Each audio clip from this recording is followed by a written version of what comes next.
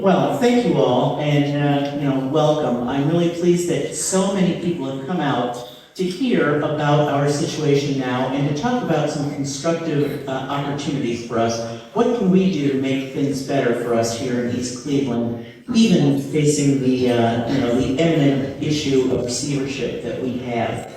I've said this before, and I'll say it again. Yogi Berra, baseball player, once said, "When you see a fork in the road, take it." Now, he was being funny, but quite frankly, we are at the fork in the road right now. Which way are we going to go here in the city of East Cleveland? Even though, we're facing this receivership, we frankly shouldn't be surprised. Honestly, I was a little surprised to hear that in the past 36 years that we have been in some form of financial distress for the past 30 years. 30 out of 36 years. And that's not to point a finger at anyone or any organization, but to say that we've been in trouble for a long time. And we have to recognize it is what it is and get out of it, right? Aren't we ready to move on and move on? As far back as 2015, I saw today something from 2015 saying that East Cleveland, even in bankruptcy, could never get out of the situation that it's in. That's why those talks about annexation began to take place. Imagine that. 10, 11 years ago, they said that East Cleveland, even in bankruptcy, could not get out of the hole that it was in, that the only option was annexation. Well, we know that that didn't happen, right? And we are still here. We've survived. We can celebrate that, but we also need to look for solutions to move forward. I want to say to you that receivership, in my opinion, is not the end of the world. It's not. It's always darkest before the dawn, just to be, to coin a phrase. But remember what this really means before we and other members of the city go into full panic mode. I don't think that it calls for that right now. Number one, what does receivership mean? It means that the state auditor's office, the courts, will appoint someone, a third-party person, not someone from East Cleveland, not someone from, Cleveland, but a third-party person from outside of our area to take a hard look at our finances, to take a look at our books. They will consult with local officials, and I want you to hear that. Consult with local officials to take action on their own to reduce costs, raise revenue, and get a balanced budget. I don't think that's altogether terrible. That sounds to me an awful lot like what we were supposed to do for ourselves under the supervision of the Fiscal Oversight Commission, and it didn't happen, so they're moving in the next direction. What does raising revenue mean? Maybe it is, reorganizing some of our services through any number of ways. Maybe that's even regionalizing some of our services. Enforcing housing codes and other things that will garner income for us can also raise the way that our city looks. And lastly, to collect taxes. I'm sure I heard on TV this morning that Cuyahoga County will be selling off some of their tax debt, some of the property tax debt from across the county in order to raise money for themselves. That will impact us as well. And so we need to figure out ways that we will get our taxes and that we can also protect our citizens, right? It will also ensure that the government is following an approved financial plan. Work with local officials to create one and or take responsibilities to submit a plan to the commission overseeing the local government. Doesn't that sound an awful like our 5-year recovery plan?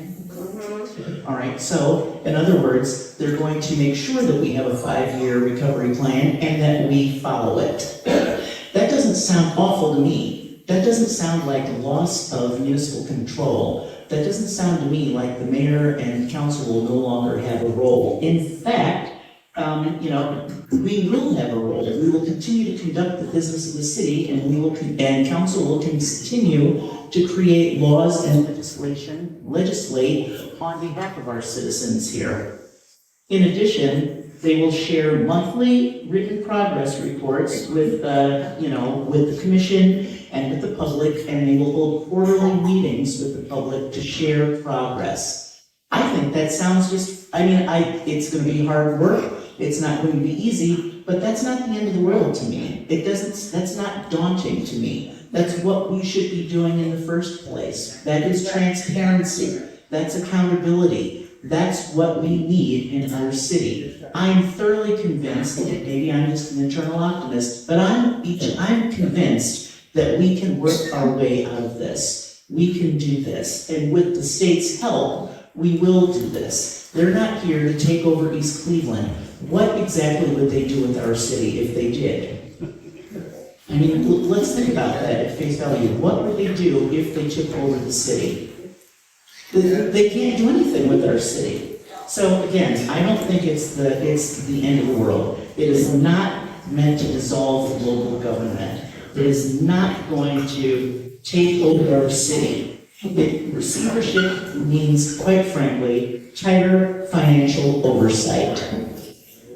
Period. So, when we found out about this, I reached out to a former colleague and a friend, the mayor of Maple Heights, Annette Blackwell. Now, their city has also faced significant financial liabilities and stress as well. They were in fiscal oversight and fiscal emergency, like us. Here's the difference. They got out of it. They worked their way out of it. They came up with creative solutions. They worked with the state of Ohio.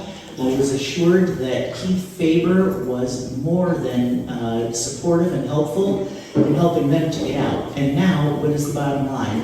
In 4 short years, maybe 5, I can't remember, they are on solid ground. They are fiscally solid.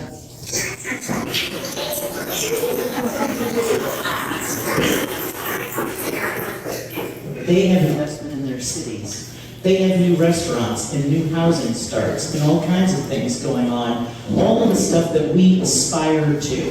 And so I asked if she would come and share some of her insights and thoughts about this, and help to kind of ease our minds, because I think that honestly, I think that we're panicking, and we don't need to be. Instead of panicking, what I think we need to do is sit down with the state of Ohio and work out the rules of engagement. Because one of the things that will happen is that there will be conversations around what will happen and what won't happen, what the rules of engagement will be with the city of East Cleveland. And we need to be active participants, all of us. The community, leadership, council, everyone needs to sit down with the state of Ohio and figure out what the rules of engagement for our city will be, and then proceed onward. At any rate, I'm gonna ask my friend and colleague, Mayor Annette Blackwell, to come forward and share a few comments with you. But I want to tell you who I am. I'm not just here because I'm the mayor of Cleveland. That's the invitation, but this is my community. I grew up on Thornhill Drive, 738 Thornhill Drive. I go to Heights Mayor Baptist Church, 12618 Shaw. That is my pastor every single Sunday. For 2 years, I taught at Shaw High School in adult education program. I spent 12 years working for working for the president and chief medical officer of University Hospitals. So I taught for 2 years the medical terminology class. Ms. Goolsby, remember her, right? So I taught at Shaw High School adult education program. I'm a product of this community. Now I lived on the Cleveland side, down the street from the Tar Butters. But my best friend lived on the East Cleveland side, across from Toast. So I am a product of this community. Now my zip code was 108, and yours is 112. Well, we know that's just a few streets away, right? So I'm not this person way out in the suburbs that has no idea what this community is like, because this community shaped me and grew me into the person that stands here before you today. Does that make you feel a little bit better?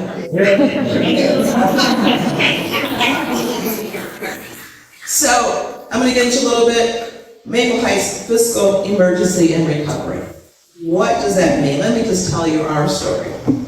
I became the mayor in 2016, but in 2014, I do want to acknowledge my police chief Todd Hansen, who's here. So while I was a citizen, like you, in 2014, had ran for council in 13, but I lost. So I had moved on, went back to work, said politics is not for me. The city was placed in fiscal watch. That says you better watch yourself. Things are getting a little bit tight. And we know that in our own small businesses, in our own personal budgets. And so with no improvement, a year later, guess what happened? We were in fiscal emergency. So I ran for mayor in 2015 knowing we were in fiscal emergency. People thought I should have some kind of examination. I'm a woman of faith. And I have spent years working in corporate America. I spent 16 years working at Deloitte & Touche, which is an international tax firm, and I worked in property tax, worked in all 88 counties. I truly believe working in corporate America and having a significant tax background and a business background might be something that I could do. And the mayor at the time, when I told him I was thinking about running, says, if you're not gonna move, you need to run. Because we need, some people call it a change agent, but in my case it was a change captain. You are the agents, you need a change captain. So I'm not here to do politics. I was told that I was in a political position. If I came here tonight, I am not in a political position, I'm in a servant position. Well, whatever he calls me to serve, I'm gonna show up. I might bring Todd Hansen with me just in case it's gonna look crazy, but I am in a servant position, not in a political position. So in 2015, we were in fiscal emergency, and I took office January 1st of 2016. $3 million, not a huge number, but $3 million in debt. And we were told that I had 5 years to get out of it. But not to worry, because most places don't get out of fiscal emergency in 5 years. Most likely it would be renewed. It was impossible to do, it was difficult to do. And don't be frustrated. And so what they did to help us is what they're going to do here. At the time, the auditor was David Yost, not Keith Faber.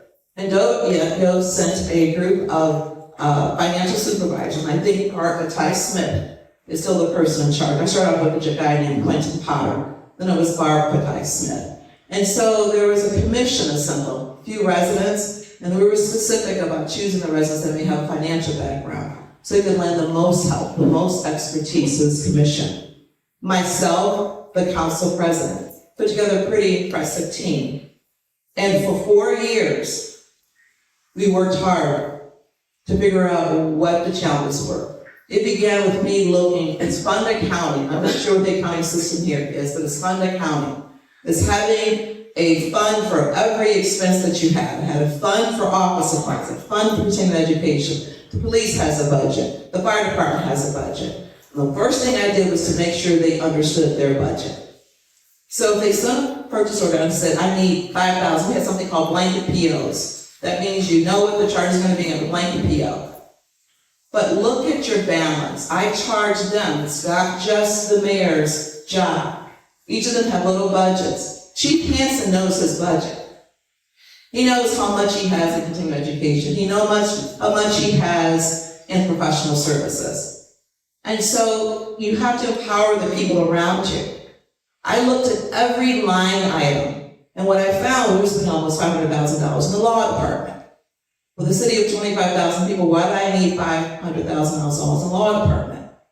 And so I began department by department looking at where the excess was. We had a law director, a prosecutor, assistant prosecutor, paralegal, for lack of a better word, and we were outsourcing our collective bargaining agreements. That's a lot. So I'm not getting into specifics, but you have to take that kind of laser focus at your budget. So there's good news. 5-year recovery plan, I did it in 4. I don't say that unrealistically because your number is so much bigger than what mine was. But the process, the steps you must take, the help you must identify, and the commitment that those people who work with the mayor in this community to do that have to be committed. You have been small business owners. Some of you filed personal bankruptcy. Some of you lost housing foreclosure or businesses closed. Start over. You go back to square one. You look at what you did wrong and you revise. And you have to utilize the experts that come from Columbus. They came once a month. And when they come, you have to be prepared to share what you think, because they're going to lean on you. Please understand this. They're not coming with answers. They're not coming with answers. They're coming with recommendations and support, but they want the answers from you. No one can tell them about East Cleveland the way you can tell them about East Cleveland. You can tell them that you've got a significant amount of delinquent taxes, because you do. You have the largest amount of delinquent taxes in the county, and there's 59 communities. We have an annual resource fair to help people get on payment plans. Who is your income tax collection? We have a partner with Regional Income Tax. They collect the income tax. There's forgiveness on penalties, so that give people incentive to pay their taxes. There's so many things to do, and I'm not here to lay them all out, but I'm here to share with you. There's a way, there's best practice, there are proven methodologies, but you have to be willing to be in partnership with who Columbus sends. Now, this is a new rule, and we know it just took effect on Tuesday for receivership. But it's not a punishment as less as it's a message. The message is East Cleveland cannot continue to stay in a place of fiscal emergency. All right. They're challenging you. They're challenging you to tell you, they're sending you a last warning. Like if your car, you don't pay your car out for 5 months, they send you notice and say, if you don't pay this car, we're going to repossess, right? This is a warning, but it's a strong warning, because they warned you before. And this is next step. You don't have a choice anymore to take your time, to squabble about it, to think it over, to challenge the charge. And charge is, we're taking to the next level to get your attention. This is a last chance agreement. If you're in HR, you get a last chance agreement. You must organize. You must commit to making the hard choices, critically looking at your budget. I mean, every expense. We were trading paper clips. You got some paper clips? This is more than 10 boxes of paper clips. She's got a whole box in her closet. Seriously, I'm being silly, but on purpose. What are the excess? What are the expenses? It may require furlough. Maybe you work 4 days a week. I don't know what that is for you, but I will tell you this is I'm not here just to give a speech. I'm here to make myself available, because this was my community, and that's my pastor, and this is his friend, and he's reached out to me to be a resource. And so, when I did it in 4 years, they told me I wasn't done, because COVID was coming. There was no way.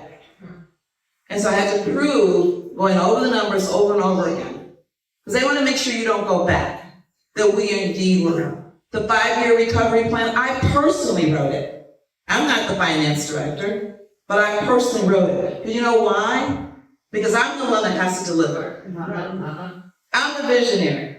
That's the visionary. That's the visionary. Now you can help me, but I have to pull it from, this is a ministry, this is a job. I have to pull it from what God gave me. Right. I had to believe that He would deliver me. So I sat on my family room and I wrote it.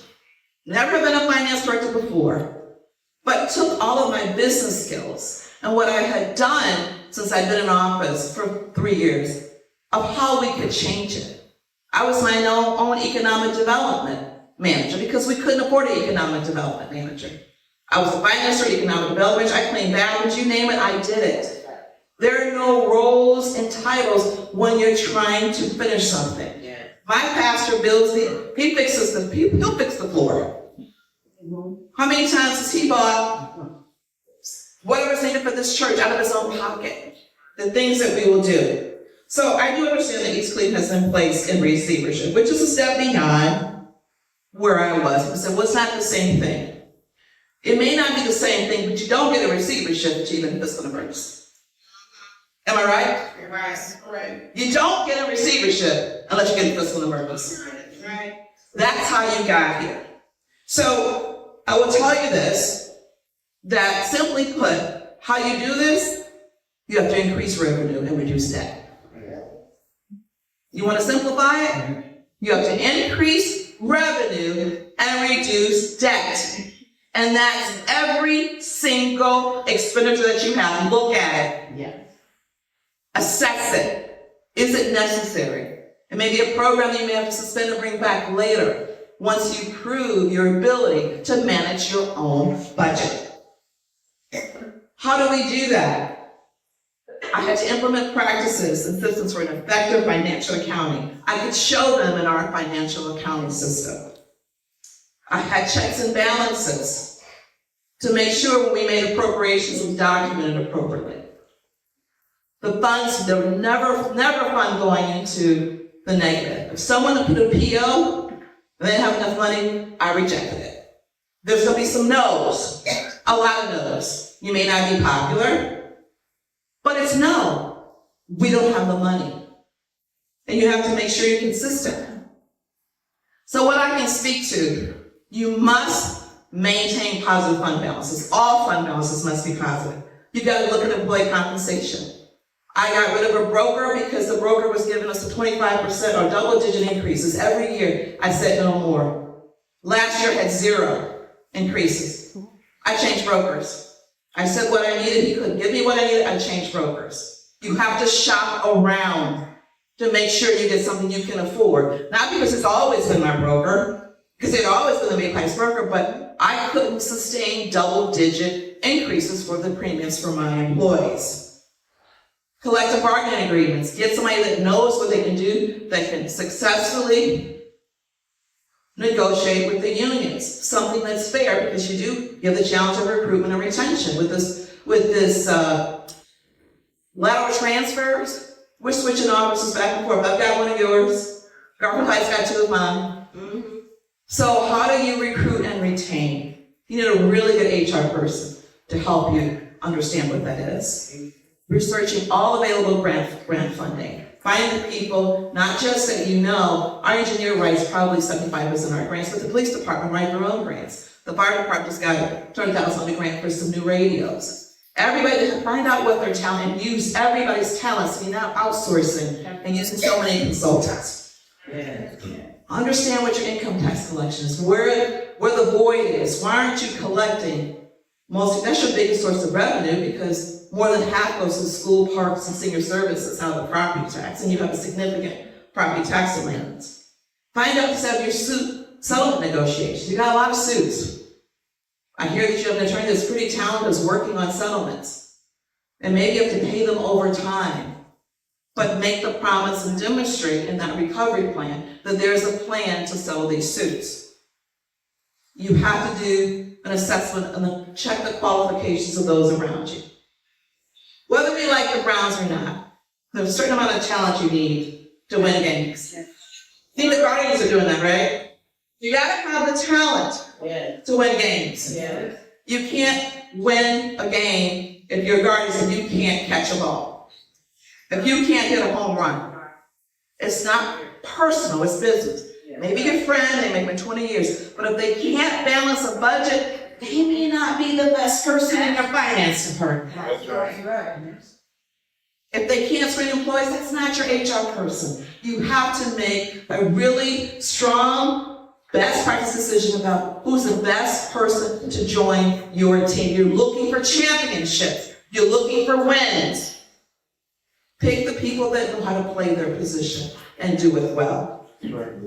Lastly, while this news is difficult to receive, I believe that you must acknowledge, because I've heard a lot of things, and I'm not here to get into any confrontation, or you guys like to say, why, who was she? Who do you think? I don't want to hear that. You're going to say what you want to say, but I want you to know this.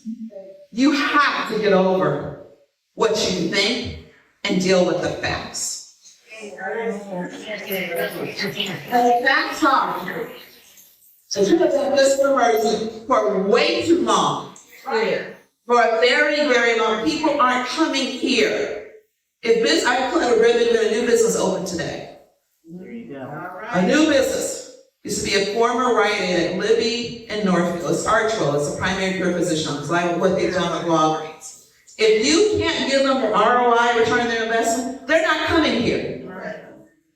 They can't make payroll because you don't have enough people walking through the door. The service department can't pave the pothole. If First Energy, whoever you can't fix the light that's out in front of their business. If service department doesn't shovel snow so they can get to the business, they're not coming here. Because you can't guarantee a ROI. Who sends money in a checking account or a savings account or CD if there's no interest earned? It's the same business model. This is business. This is not a nonprofit. This isn't your family reunion fund. I believe this is a $12 million business. So it takes a different level of expertise. You're here because over the years you haven't figured it out. That's not to be rude or unkind, because the players have changed. Some of you weren't even here. Some have moved on. You got new people here. But you can get this done. Because the end of this is if you don't, they will figure out a way to chop up East Cleveland.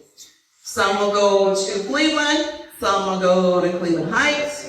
I will also say this.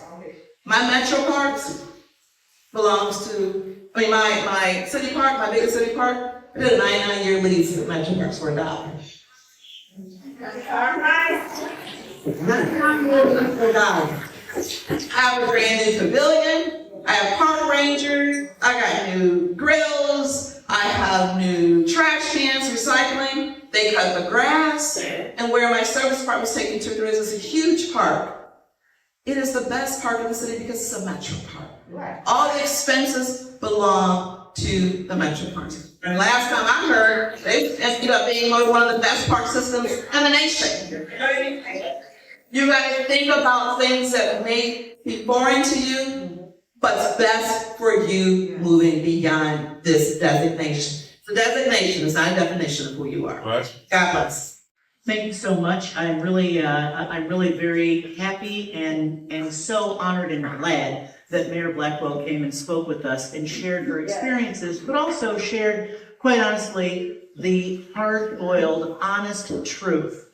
You know, we are in a tough spot right now, but we can get out of it. But we have to get out of it, and we can't point fingers at each other and say who did what when and why did you do that and how come you didn't do this. That's not going to help us in any way. And quite honestly, I did a little research. I looked around. Washington, D.C. went into receivership. They're doing all right. New York City went into receivership. A couple of Detroit went into bankruptcy. A couple of other cities, Harrisburg, Pennsylvania went into receivership, and they had $400 million in debt.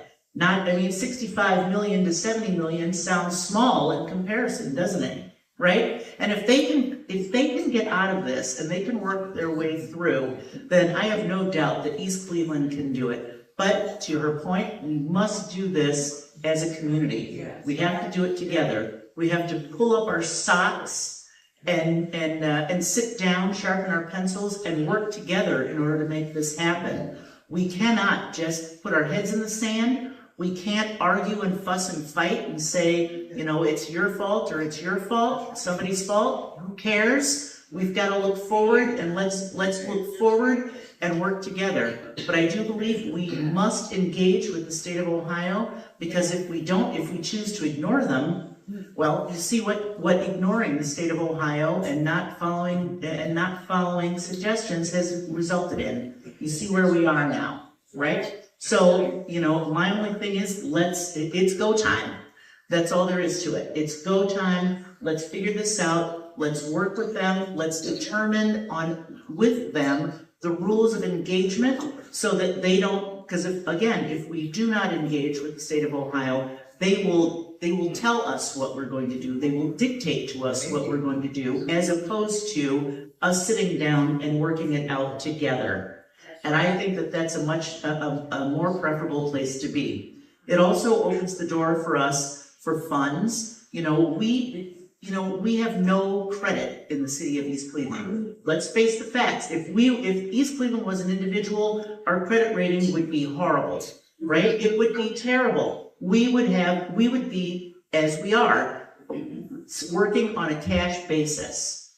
We couldn't get a credit card when the Fiscal Oversight Commission required that everyone hand in their credit cards and that we apply for one card that would be used by the finance department. They refused to give us one. All right, we could not, as a municipality, get a credit card. That's very sad, in my opinion. I think that's ridiculous, right? All right, so, let's consider that we are in a very, very vulnerable position right now. Let's, again, create the rules of engagement with the state of Ohio necessary in order to get started and move forward. Let's get this 5-year recovery plan moving so that we have guidelines to work from. This is our opportunity to get money from the state of Ohio, because I can tell you that we were not going to get a nickel from the state of Ohio just based on past practices, right? We weren't getting anything. So now we're in a position to get funds from the state of Ohio.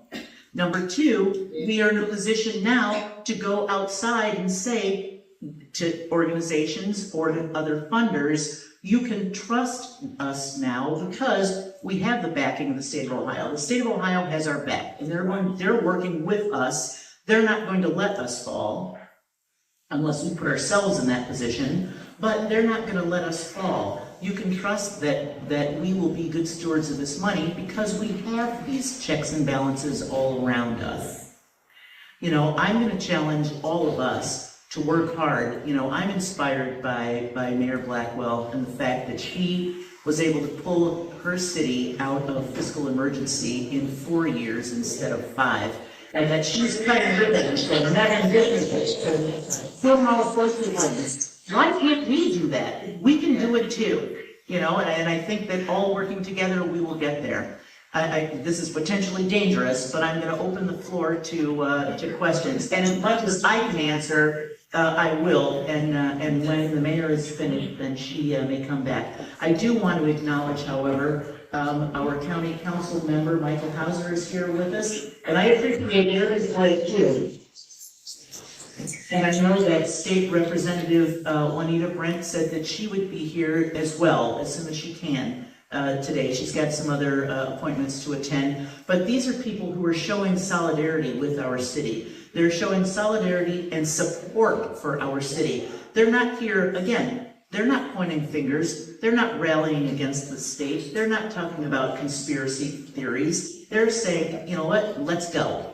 Let's make some moves. Let's figure this out so that we can move forward. I'm sorry, and also, don't remember, we have 3 council members here. Juan Billings, it's a full house. How do you like that? All of our council members, King Austin, Cherry Richardson, Pat Blahoviak. Where's Twan Billings? Okay, Twan Billings is here. All of our council members are here tonight. I think that speaks volumes as well. This is an important topic.